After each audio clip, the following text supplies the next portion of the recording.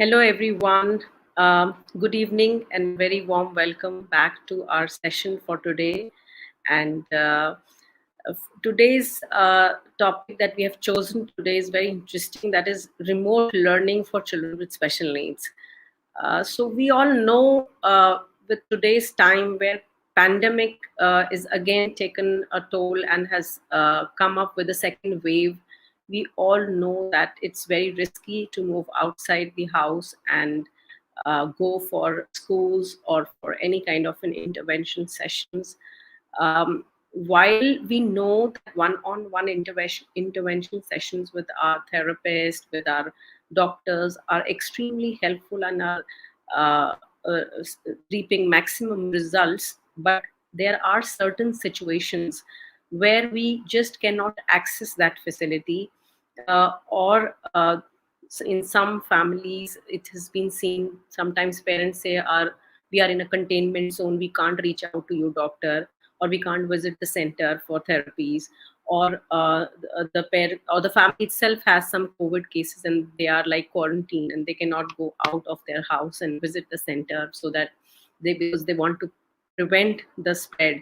So there are various limitations at times that we come across, and we need solutions to those limitations as well. So this COVID time has taught us so many things. It has taught us to make the best out of whatever we have. So similarly, we have moved on to making sessions for children with special needs also remote, some sessions remote, so that we can remotely teach them, we can guide the parents, partner with the parents, so that some assistance and support continues to stay with parents and the children do not um, uh, like go behind in their developmental goals, or it shouldn't be we shouldn't be like lacking behind just simply because we are in the COVID times. So keeping all those factors in mind, we thought let us discuss how we can make these remote sessions for our children with special needs very, very useful, and what are the various ideas and ways how we can do that, and how we run remote sessions at Continua Kids. So we are going to talk about that. Now we all know that uh, children have a little lower immunity, and with pandemic and COVID having its second wave, a lot of children are at higher risk, especially children like Down syndrome, who as it is are at a higher risk of respiratory infections. It is not wise for them to get exposed and come outside the house, so it's better that they stay in and are taken care of. And there are certain developmental conditions and disabilities where the children may have some comorbidities or coexisting illnesses which actually reduce their immunities, which again puts them at a risk of contacting any kind of a viral infection. The third thing is sometimes a poor nutritional status of a child with special need also um, may expose them to a lower immune status and thereby increasing their risk to contact any kind of an infection. And then there are some situations where parents are located in very remote areas of the city, or maybe remote areas of the country, or in some parts where the developmental services or specialists are not available. So these are some of the situations where our remote learning or distance learning can really be of impact and be very, very helpful. Now we know that developmental delays, if we do not address them, if we do not manage them, start treating them, अगर हम अपने बच्चों के developmental delays को identify करने के बाद उनको treat नहीं करेंगे, intervene नहीं करेंगे, तो जो developmental gaps हैं, वो gradually और increase होते जाएंगे, बढ़ते जाएंगे. So it's important that we address their developmental delays. We start doing some intervention so that we do not instead of reducing the gap, we shouldn't be increasing it. So it's important that we have to do so. If we cannot reach out to a developmental care center, then we need to learn how to do it remotely and seek help wherever it is necessary. We know that early identification is important. We know early intervention is very, very important for a child with developmental delays. So to identify, we have identified, let's suppose we have, now we need to start intervention. So this pandemic should not come in our way when we have to manage our children, because we know that if we intervene early, if we start teaching our children early, they have good long term neurodevelopmental outcomes. So we are not going to get restricted by any hurdle which comes in our way, anything that comes in our way. We are going to find out a way by which we can manage our children in a better way, and we can continue to give some support in the form of parent education, or in the form of remote sessions or long distance video consultations and video sessions for the parents. So there definitely everything has an advantage and a disadvantage to it. So there are definitely some disadvantages also to distance learning. There one needs to have a good internet access. That's a must. Without that, we can't have a remote session. We have to have either a smartphone or a laptop.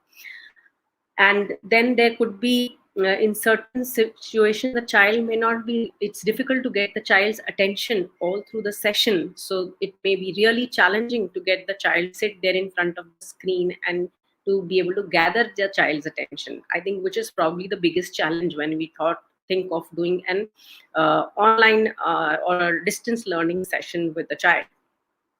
So there, the parents have to play a very important role. They need to step into the shoes of a therapist. They need to become the therapist, and they need to listen to the instruction given by the therapist and then go on and execute those instructions. And that's how the session for an early intervention group has to take place. The parents need to step in there and play a very, very important role. Parents को खुद सामने आकर instructions जो therapist देते हैं उनको grab करके उनको एग्जीक्यूट करना होता है. So और most important part of therapy, that is a social reciprocal behavior of the therapist with the child. That is something that goes on for a miss here. So remote sessions में हमारा interaction बच्चे के साथ नहीं हो पा रहा है directly. The child, जो हम बच्चे को टच कर रहे हैं, बच्चे को बार बार उनका आई कांटेक्ट लेने की कोशिश करते हैं, एक फिजिकल टच और एक आई कांटेक्ट और एक इमोशनल बॉन्ड बनाते हैं जो बच्चे के साथ, वो चैलेंजिंग हो जाता है और डिफिकल्ट हो जाता है to make distance learning session. And also when we are doing some kind of an observation or some kind of an intervention, हम पेरेंट्स के कॉन्फिडेंस के ऊपर, पेरेंटल ऑब्जर्वेशन के ऊपर काफी डिपेंडेंट हो जाते हैं. सो हियर पेरेंट्स को कॉन्फिडेंस में लेना, उनको एम्पावर करना is very, very important. Parent motivation is the backbone of distance learning or remote session, especially remote early intervention sessions, not for sessions with big kids, the early, the small ones. There, we want the parents to be motivated, to be to partner with us and to learn the various set of skills that we will be teaching to be able to pass it on and execute them with their child. Parent motivation is the backbone of a remote session. So that's very important. Now, obviously, advantages are there. Some very good advantages is that the professional support which is not available in a remote area where they can't have access to a developmental pediatrician, they can have access to me, or they can have access to a pediatric neurologist, or they can have access to an occupational therapist or a speech therapist. From a smaller town where they do not have these facilities, they can have access to these facilities because of the remote learning. Even people across various countries can also access each other because through this method. So it definitely has a huge advantage for those who do not have local services available.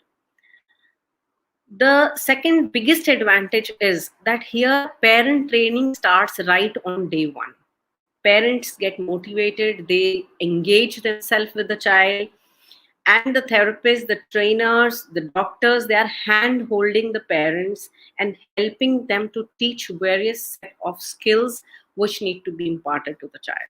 So जो parents की hand holding होती है, parent guidance होती है, motivate, that goes long way with the parent, because they learn after some time how they learn, and they learn and understand their child in a much better way. So they are far more tuned in and prepared to teach their child some set of skills even for a later stage, long run. So that's a huge advantage, I think. Where the parent is getting empowered with the knowledge and the methods from day one. Of course it can be challenging for them. Why? Because they are not trained at dealing with certain situations and conditions, but by doing it, by accepting these challenges, they can actually learn and be a partner in treating their child. And the best part is the child does not feel anxious towards, because parent is not a stranger. The child will easily form that bond with the parent. It will be much more easier for the child to listen to a parent's instruction than probably interacting with a new person. So that also gives us a leverage over the the therapy part. So some interventions, the important part is, if we do not do any intervention, that does not help. So some intervention is definitely better than no interaction and no stimulation. So it's definitely very, very advantageous that in situations where we cannot access the physical services, the direct child development services, we must not shy away from seeking support and seeking remote sessions or distance learning sessions. So we must be ready to accept that changes. We all need to change with time, and it's survival of a person who accepts change and who prepares themselves for the change. So we all need to start preparing ourselves for those changes as well. Now, yes, if we have decided now that we have to go for a remote session, what are the prerequisites? There are some prerequisites that we need before we start a remote session. So the parents, we need to ask some questions to the parents. Are you going to be home? Especially for the early intervention group I'm talking about. So are the parents going to be at home? If they are at home, are they going to participate in the sessions that we are going to have for the child? Or it's going to be some other caregiver who's going to take the responsibility or the role? Is it every time the same person participating in the session, or it is going to be a different parent based or caregiver based on their availability or time? So internet connection definitely is the must. An electronic device, we need to make sure what electronic device will be there, whether it's a laptop or it's a mobile phone, or it's a big TV screen.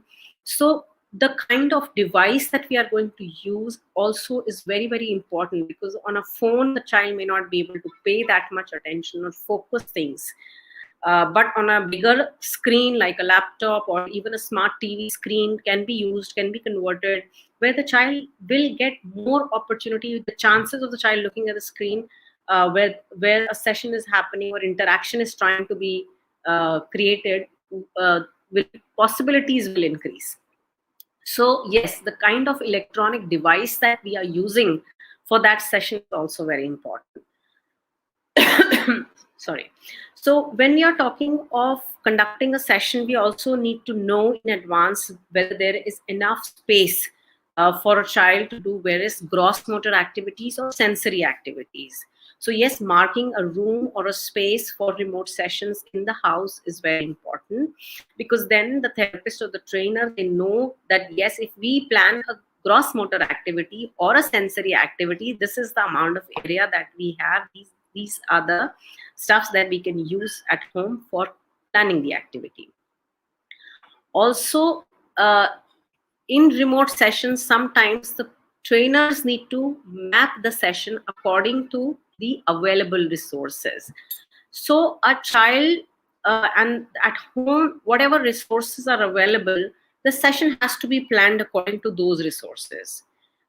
And we need to mark the reinforcers, the activities according to those available equipment and resources. So, obviously, we need to ask a few questions as to what all resources are already available at home, which can be used in the best possible way to plan the session. So once we have all these prerequisites done and we are ready, the next step would be to have a structured program. Have We emphasize a lot on everyday routine. So have a routine fixed for the class. Everyday routine of a fixed timing is extremely important, because that also builds in somewhere with the child that, oh, this is time for me to go for my class, and this is my class time. And then gradually the child starts getting accommodated that this is the time for me now to work online with my teacher. So that is something which we need to build over a time. So have a routine time fixed for your child to work with you and with the trainer online. Also, we need to have a list of daily activities that the child has to do, what all he can do independently, what all activities needs assistance, and what is the quality of assistance required. So all those activities can be broken down into small chunk, and we can use a digital schedule, or parents can be given a digital or a tactile schedule where images of the activities can be attached, and we can give some physical prompts. Visual cue charts can be given to the parents, and they can be shown to the parents as to what kind of visual cues charts can be used to build a certain kind of a routine for a child, or schedule, or daily activities for the child. And also the teachers sometimes can make some instructional videos wherein they are having those small picture based instructions coming as 1 2 3 in sequence, which the child can also observe, and all which the parent can also know, okay, what is going to be the sequence of today's session, and what all are we going to do in today's session. So that is something which is important. Some sensory and motor needs of the child must be thought of when we are thinking of conducting remote learning sessions, because our child may not be able to sit through the complete session. So you can use simple objects like colored play-doh or a bubble wrap, breaking the bubbles in the wrap, or some, for bigger children, can use Jenga activities, brain-based activities, because they need to intermittently release their energy to come back and pay attention. So these small sensory activities can be marked, can be prepared, can be kept as ready for the child to take break and satisfy their sensory need and get back to learning.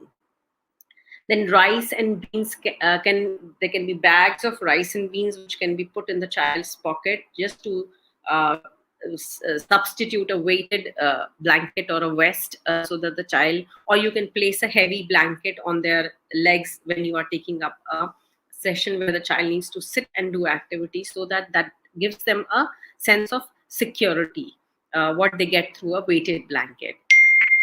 Sometimes writing and drawing with shaving cream and other sensory material can really be helpful in releasing their tension, and it can also boost a lot of language skills. So while teaching, you can use various ways and means from the equipment which is already available at home. You don't need to rush out to get equipment.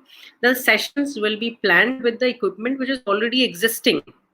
It can be आटे का dough use कर सकते हैं आप. It can be चिमटी जो आप कपड़े सुखाने के लिए यूज कर सकते हो. You can use simple things like mixing beans and rice, and then telling the child to search for beans and separate beans. So these kinds of activities can be planned based on the need of the child and the available resources. And then intermittently giving them hugs, or uh, helping them take deep breaths sometimes, allowing them to run, take a small run, or make 5 jumps or something like that, can really release their energy and can prepare them to get back to work. So uh, now coming to some of the visual cue cards. So it's very important that in these sessions we just don't keep talking and keep explaining the parents, because at some stage the attention does tend to go away. So using some visual cue cards or big pictures of the child can be clicked, or of the home, like if you want to teach the child table, chair, you can actually click pictures of the real objects in the house and place them in a slideshow for the child. And then during the session you can actually teach them this is the chair, and then help them go and match the 2D image of a chair with the real 3D chair. So those kinds of activities can be planned, can be reinforced. Very small things we need to teach at times in early intervention, but we need visual cue cards. So you can take help from the special educator, the therapist who will be taking up the session. They can share some visual cue cards with parents, which can help them to teach various skills, like this means stop, this means wait for your turn, or sitting card is there, walking card there. Various cards, activity cards, action cards are there, which can be used to help the child learn better, because they are visual learners. A lot of children on autism spectrum, they learn visually through visual cues. So using visual cue cards to explain them about daily activities like toileting, brushing, bathing, or changing their clothes, putting clothes in the washing area, and all those kinds of things, we can use those visual cards.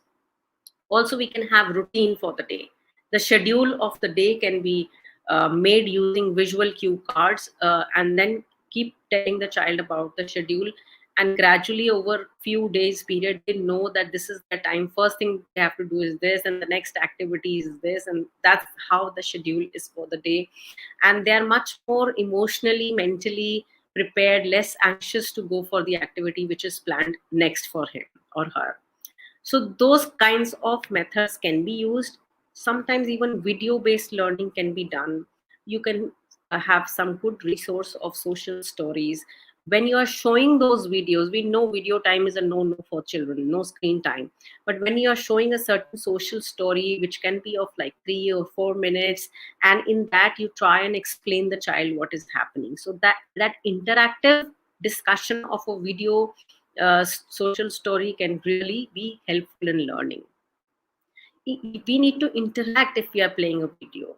You can have video sessions with the family members also. Have one day of social interaction with grandparents or with other family members. Have scrapbooks made based, and those scrapbooks or scrap slideshows can be made by the teachers, by the therapists, to teach them about the family members. Have the pictures of family members put in the PPT, and then showing the child that this is Papa, this is Mama, this is Dada, this is Dadi, and gradually reinforcing it every day basis. And the child may, but here again, the parent has to partner the therapist in all. These are all ways and methods and creative ideas, which multiple ideas can be used in the therapy session to help the child learn. And the parent need to keep reinforcing, keep repeating such activities even after the session is over. Or sometimes in the evening you can sit again with the child to enjoy the same way of learning, or to reinforce what the child has learned. So their partnership with the parent is extremely important. And for the trainers or the therapist or even the parents, sometimes if the child you feel is getting distracted, is bored, is not really wanting to sit, a little music can really help get their attention back. So music, dancing with the child, participating in a song or a dance can really pump up their energy and can get back their attention, and can make the session very enjoyable also. So small breaks of physical activity after every 15 minutes is something that you can attempt at, so that the child get can be given a break and then can be brought back to activities. So all these methods can be used in remote learning session. How we do a remote learning session at Continua Kids is, the first thing is that we need to have an assessment. So if the assessment is not happened physically, it can be done virtually with the help of videos and with the help of some developmental screening methods, some sensory profiling methods, some questionnaires which can be given to the parents and asked, and the information is collected.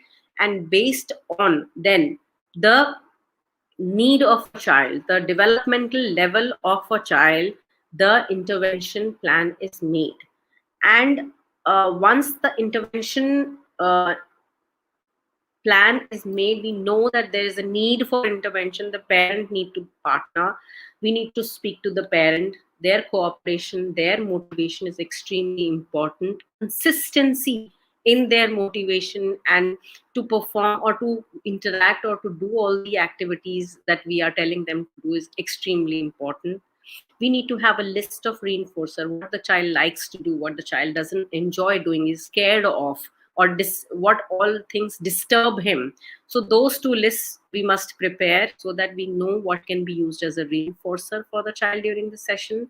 So this is the second set of thing that we do at Continua Kids. Then we make a comprehensive intervention plan which must address different developmental domains. Wherever the gap is more, we will take care of that first, and then gradually a plan which covers all developmental domains will be prepared.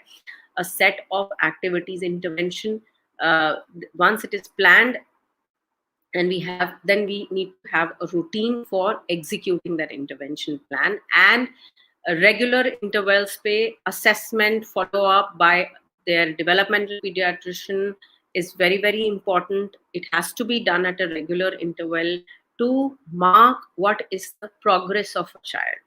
So marking the progress after 6 weeks, 8 weeks of intervention happening every day, we need to sit back again, discuss with parent what are the positive things they have learned, the child has learned, what are the changes observed, can use some screening tools to assess objectively what are the improvements in the child.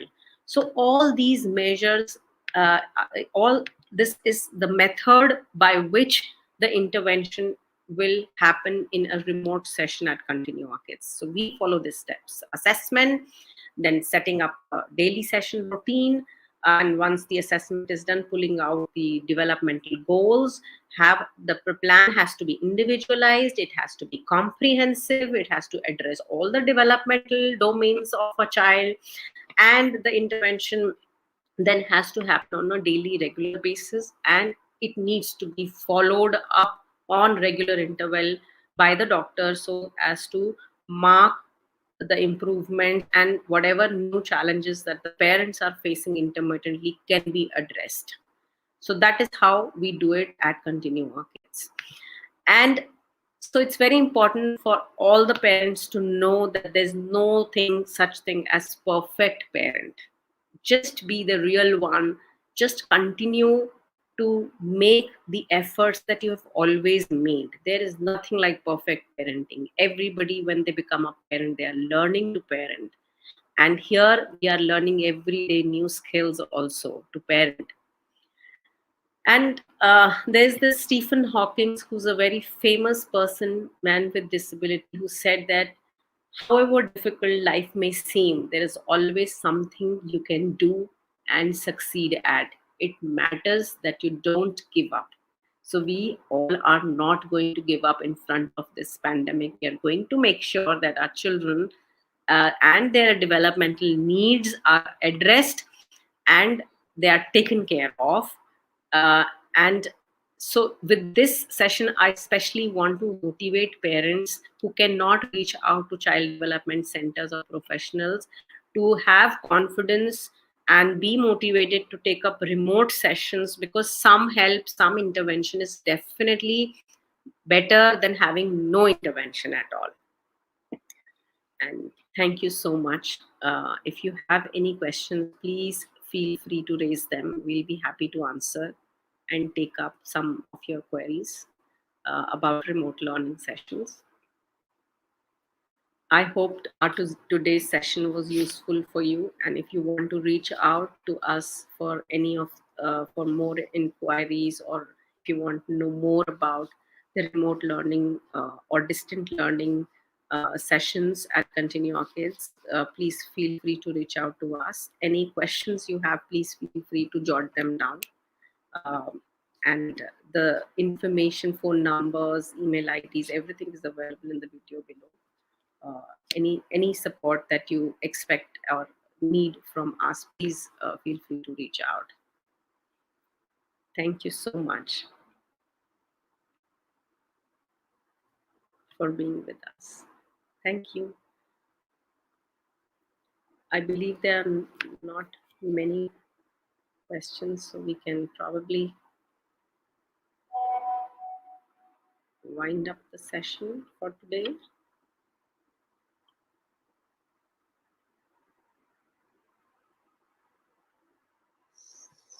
So, okay. Okay. We have lots of stuff here. How do you motivate children with special needs? There's this question. Okay, so children, how do we motivate children with special needs? So, as I said, use reinforcers, mark what are the toys that they like, what are the objects they like, what are the sensory objects that they like. Do they like music? Do they like to play with doll? Do they like a car? Mark their reinforcers. Sometimes you can mark certain food items also that they enjoy eating. So you can use those reinforcers, and you can actually motivate and stimulate the child, and give them a reinforcer every time they achieve even a little bit of a task, part of a task also. So once you give them a reinforcer, they are motivated to do the task again with you. Is homeschool best for autism?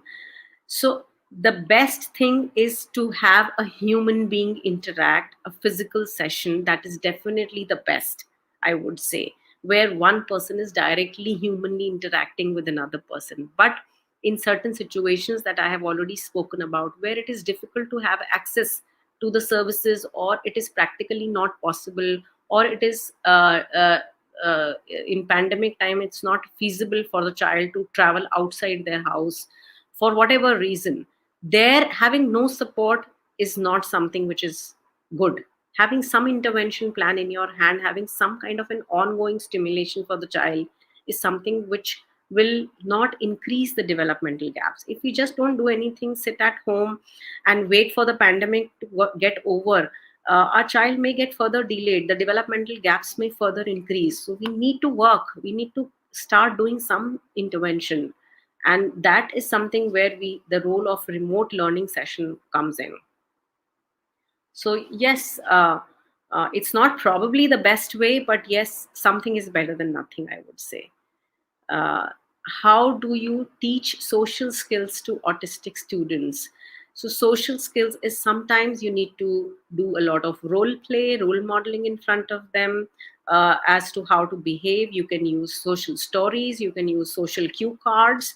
uh, every day you use them, every day you teach them how to what is the right behavior, what is not acceptable behavior, through the cards, through stories, through picture books. All these methods you can use, and every time a child does abide to a social rule, you must reinforce it with very good job, you were so well behaved, you did well, and stuff like that. So those are very, sometimes even a verbal reinforcement also is very, very important and plays a huge role in motivating the child. So next question is Priya. Priya is asking, what strategies to adapt in teaching a kid with autism at home? Yeah. So when you have to teach a child on autism spectrum at home, the strategies that you can use is, again, first have a routine plan for the child, what you are going to do. As I had told you about having a visual cue routine chart for the child. Use various flashcards or small visual cue cards, and have them pasted on a chart in sequence of the activities or routine that the child has for the day.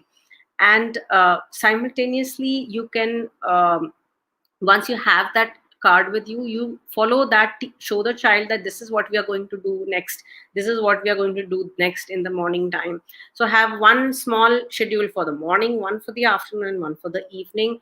And when the child sees that every day, over days, they come to know, okay, what is the next thing that I'm going to do. they get emotionally, mentally prepared, less anxious, because they are aware of what is going to happen next.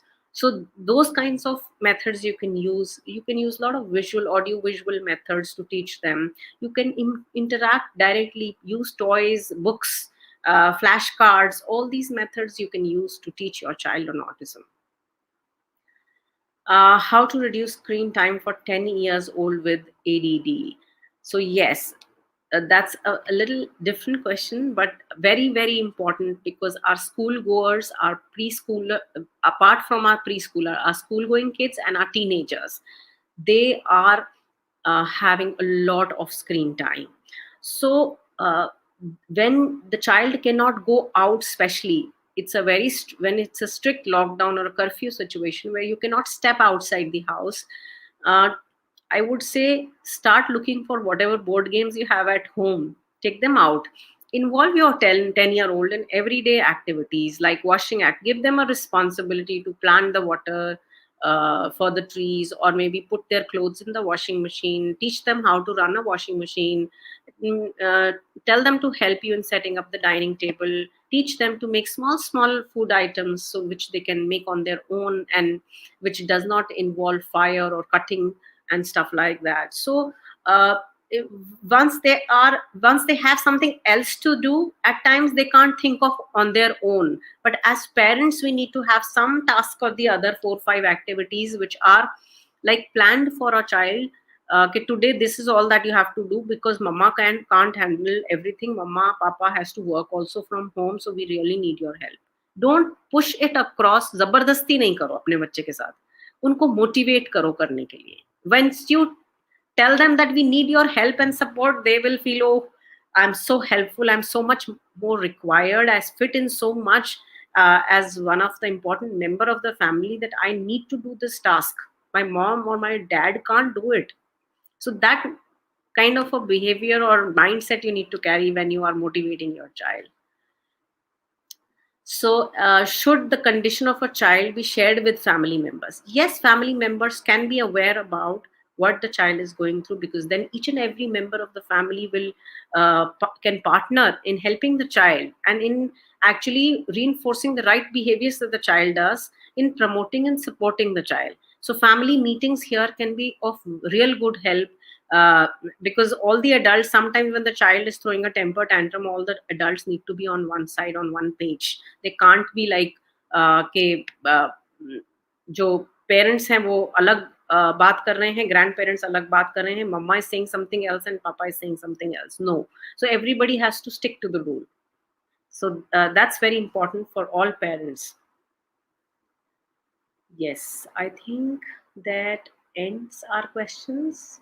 एक है सतीश प्रजापति जी का, मेरी बेटी English नहीं समझ पाती है तो स्पीच थेरेपिस्ट हिंदी में भी हो सकती है क्या? Yes, that's very important question. And Satish ji, Hindi में भी स्पीच थेरेपी हो सकती है. ऐसा कोई ज़रूरी नहीं है कि इंग्लिश का ही इस्तेमाल किया जाए. हम सारे जो अपने शब्दों का उच्चारण है हिंदी में भी, अ आ ई सारे हम सीखते ही हैं साउंड्स. और हिंदी में जो साउंड्स होते हैं वो हमारे ज़बान को, टंग को सबसे ज़्यादा ट्विस्ट करते हैं. और जब अगर हम इन सब साउंड्स के अंदर क्लैरिटी ले आते हैं, तो वो हमें सभी लैंग्वेजेस में हेल्प करते हैं. ये तो बहुत नोन फैक्ट है कि हिंदी का उच्चारण जिसका सही है, क्लियर है, वो कोई भी भाषा का उच्चारण करना सीख सकता है. बिकॉज हिंदी में जब सारे अल्फाबेट्स और सारे जब बच्चे अ आ ई से लेके क ख ग पूरा जब बोलना सीखता है, तो उसकी टंग, उसका लिप मूवमेंट, उसका ओरल कैविटी सबसे ज्यादा इस्तेमाल होता है. और सही साउंड प्रोड्यूस करने से they tend to learn other languages also clearly. तो दूसरी भाषाएं भी अच्छे से सीख सकते हैं. सो किसी भी भाषा में हो सकता है. अगर किसी की कोई रीजनल लैंग्वेज है जो वो बोलते हैं, बट प्रोफेशनल उस केस में उस रीजनल, अगर कोई बंगाली यूज करता है तो प्रोफेशनल स्पीच थेरेपिस्ट को भी बंगाली आना चाहिए to work with the child. So that should not be a limitation then. अगर हिंदी आती है तो हिंदी में आप सिखाइए. This as language is not something that, and शुरुआत कीजिए एक भाषा से, gradually we progress to teach दूसरी भाषाएं हम बाद में सिखाते हैं. आप एक भाषा के साथ स्टार्ट कीजिए, ताकि बच्चा कम्युनिकेट करना सीखे, बोलना सीखे पहले। सो आप हिंदी का भी प्रयोग कर सकते हैं जब आपको बच्चे को सिखाना है। I think with that we answer most of the questions. Ma'am, one more question, please. What do you do for messy eater? Okay. So, if the child is a messy eater, the first thing that you need to do is do not say, "What have you done? You have created so much mess." And with that, we start as a parent sometimes, and we do not realize that probably in that mess, the child is trying to eat on his own. So, the plus factor is that the child is attempting to eat on his own. In that attempt, he's made the mess. So always find and look for that little positive thing that the child is doing in that mess also. And first, you reinforce that positive aspect and allow your child to create mess once and for all, and then take your child's help only to clear the mess. If the child is good enough and is understanding, then you seek help. Tell the child, come, let's clear it up. Instead of always demotivating, yeah, using sentences, oh, you are such a messy person, you always spoil the room, you always do things like this. Also, it depends on the age and the developmental condition of a child. So if the child can comprehend all your instructions, then you need to work more, get that child to partner. It's okay that you've made the mess, but mama will help you clean, let's do it together. So when you use this word, the child does not feel insulted or is not feeling कि ओ मुझे तो हमेशा ये डांटते ही रहते हैं जो भी मैं करती हूँ या करता हूँ, है ना? So we need to modify the way we communicate with them. So yes, I think those are. If it's a really small child, then I guess allow your child to eat on its own first, and then gradually come to cleaning up the mess. Let them be messy then. Small kids are allowed if they are trying to learn a new skill. So I hope, Anubha, that helps, that answers your question. Thank you so much, all of you, for attending the session and for participating actively by asking your queries and questions. Um, See you again next Saturday with a new topic. Good night.